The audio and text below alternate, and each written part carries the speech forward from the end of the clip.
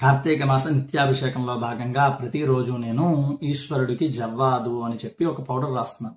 అదేమిటి అని చెప్పి అనిత గారు సామర్లకోట నుంచి అడిగారు. జవ్వాది అంటే ఈ విధంగా ఉంటుంది.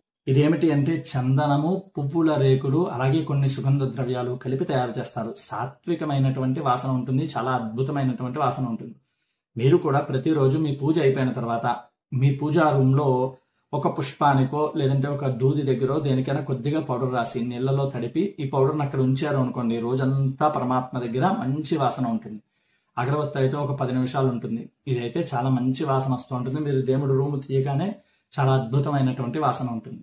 ఇది మీకు పతంజలిలో కూడా అందుబాటులో ఉన్నాయి. దేశీయమైనటువంటివి కొనండి, వేరే వాళ్ళ దగ్గర కొనకండి. ఏ పూజా ద్రవ్యాలు కూడా మీకు ఒక లింక్ నా పైన ఈ భాగంలో కనిపిస్తూ ఉంటుంది, అక్కడ కూడా కొనొచ్చు. నేను అదే వాడుతున్నాను.